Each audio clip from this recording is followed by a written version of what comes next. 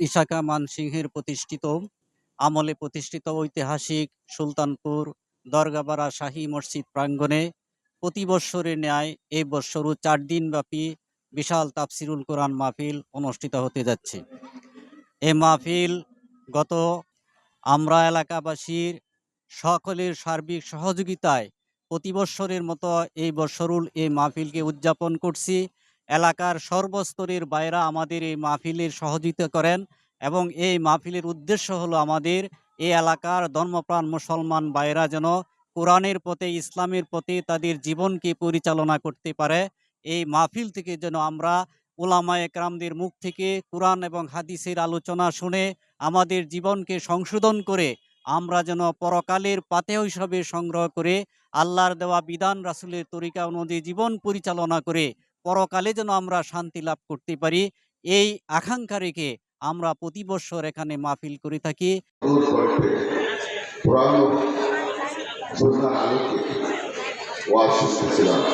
তার মধ্যে অন্য কোনো কথাবার্তা আমাদের আরো ভালো লাগার কথা না, সেই হিসেবে আমি আমার বক্তব্য দীর্ঘায়িত করবো না।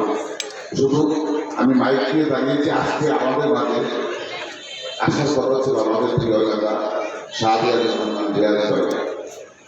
আসার কথা ছিল আমাদের সাবেক উপজেলা কেন্দ্রে বীর মুক্তিযোদ্ধা কাপাসী উপজেলা কেন্দ্রের সংগ্রামী সদস্য সচিব খন্দকার আজিজুর রহমান তারা, কিন্তু দুইজন মানুষ অত্যন্ত জরুরি একটি কাজের জন্য আসতে পারেন না। এই জন্য ওনারা খুবই আক্ষেপ করেছেন, দুঃখ প্রকাশ করছেন, ক্ষমা চেয়েছেন এবং তাদের পক্ষ থেকে আমাকে বলা হয়েছে আমি যেন তাদের পক্ষ থেকে আপনাদের কাছে ক্ষমা চেয়ে নিই এবং তাদের জন্য আপনাদের কাছে ওনারা প্রাণ খুলে দোয়া চেয়েছেন, ওনার জন্য দোয়া করবেন। আজকের আমাদের সম্মেলনের এলাকার বিভিন্ন লোকজন আমাদের এই শাহী মসজিদে প্রতি বছর 3 দিনব্যাপী ইসলামী মহাসম্মেলনের আয়োজন করা হয়ে থাকে। এবছর তার ব্যতিক্রমধর্মী হিসেবে আমরা 4 দিনব্যাপী করেছি। আমাদের এই মসজিদের একটি সুনাম আছে দেশ জুড়েই। আমাদের এই মসজিদটি এলাকার এবং দেশের বিভিন্ন প্রান্ত থেকে মা বোন এবং ধর্মপ্রাণ মুসলমানরা বিভিন্ন উদ্দেশ্য নিয়ে দান খয়রাতে করে থাকেন। ওই দানের অর্থ দিয়েই বিশেষ করে আমাদের মসজিদ এবং মাদ্রাসা পরিচালিত হয়ে আসছে। সুলতানপুর দরগাপাড়া দারুস সুন্নাহ হাফিজিয়া মাদ্রাসা ও শাহী মসজিদের পক্ষ থেকে আমি দেশবাসীকে আমি সালাম জানাচ্ছি। আসসালামু আলাইকুম ওয়া রাহমাতুল্লাহি ওয়া বারাকাতুহু। আমাদের এই যে প্রতিষ্ঠানটা টোক বাজার থেকে আড়ালিয়া রোডে ৩ কিলোমিটার দূরে ব্রহ্মপুত্র নদীর পাশে অবস্থিত। এই মসজিদটি মুঘল সম্রাটের আমলে তৈরি। এই মসজিদে সারা বিভিন্ন ডিস্ট্রিক্ট থেকে মানুষ বিভিন্ন টাকা পয়সা মান্যত নিয়ে আসে। এই মান্যতের টাকা দিয়ে আমরা এই মসজিদ পরিচালনা করতেছি এবং একটা এতিমখানা মাদ্রাসা প্রায়ই ২৫০ জন ছাত্র ৫০-৬০ জন ছাত্রের মাধ্যমে ১৭ জন শিক্ষক আছে, স্টাফ সহ বিভিন্ন স্টাফ সহ প্রায় ২৫ জন স্টাফ নিয়ে এই প্রতিষ্ঠানটা এই সকলের দানের মাধ্যমে পরিচালনা হচ্ছে।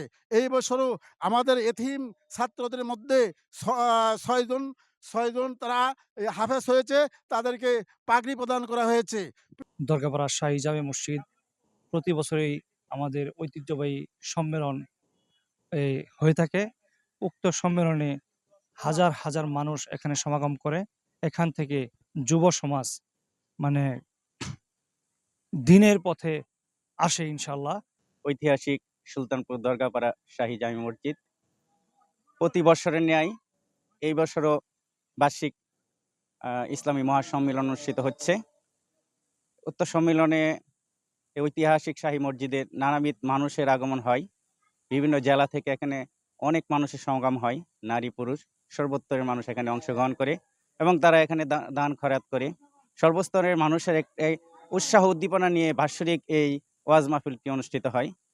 এখানে নারী পুরুষ বিভিন্ন ধর্মাবলম্বীর মানুষ এখানে দান খয়রাত করে থাকে এবং দানের টাকাগুলি দিয়ে আমরা এই বাৎসরিক ওয়াজ মাহফিল, এখানে একটি হাফিজিয়া ও এতিমখানা মাদ্রাসা আছে, সেখানে অর্থ ব্যয় করা হয়। মসজিদের সম্প্রসারণ কাজে অর্থ ব্যয় করা হয়। প্রতি বছরের ন্যায় এই বছরও আমরা সম্মেলনের শেষ দিবসে, অর্থাৎ এই বছরের ৪র্থ দিন, আমরা এই মসজিদের সমস্ত আয় ব্যয়ের হিসাব সকল জনসম্মুখে আমরা প্রকাশ করি। প্রত্যেক বছরের ন্যায় এবারও প্রকাশ করবো ইনশাল্লাহ। এই মসজিদের সকল আয় ব্যয়, কোন খাতে ব্যয় হয় এবং কোন খাত থেকে কত টাকা আয় হয়, সে আয়ের পূর্ণাঙ্গ হিসাব বিবরণী আমরা সম্মেলনের শেষ দিন জনসম্মুখে আমরা প্রকাশ করে থাকি।